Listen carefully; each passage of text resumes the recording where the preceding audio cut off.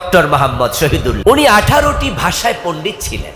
ওই ডক্টর মোহাম্মদ শহীদুল্লাহ রাহেমাহুল্লাহ তিনি এক বক্তৃতায় বলেছিলেন, আপনি পৃথিবীর জ্ঞানে যত বড় জ্ঞানী হন, পণ্ডিত হন, যদি আপনি আল্লাহর কোরআনের জ্ঞান, কোরআনের এলেম না শিখেন, কোরআন না জানেন, তাহলে আমি আপনার নামের পূর্বে জাহেল, মূর্খ শব্দ যোগ করতে চাই।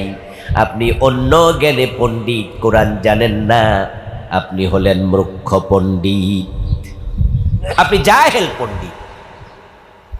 এই কোরআন হচ্ছে এলমের আকর, এলমের উৎস।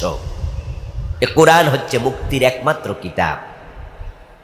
যার কাছে কোরআনের এলেম নাই, আল্লাহ তাআলা কোরআন বিহীন, কোরআন জানে না এমন ব্যক্তিকে আখেরাতে অন্ধ বানিয়ে তুলবেন। কোরআন দুনিয়ায় হলো মুক্তি এবং সমৃদ্ধির আলোকবর্তিকা।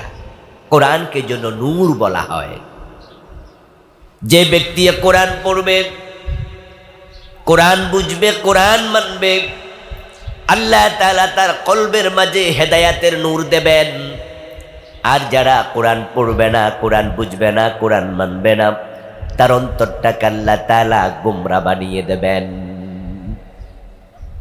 হাশরের ময়দানে তাকে অন্ধ বানিয়ে তুলবেন। রাসূলুল্লাহ সাল্লাল্লাহু আলাইহি ওয়াসাল্লাম হাশরের ময়দানে আল্লাহ তাআলার কাছে যারা কোরআন পড়েনি, কোরআন বুঝেনি, কোরআন মানেনি, তাদের বিরুদ্ধে মামলা দায়ের করবেন।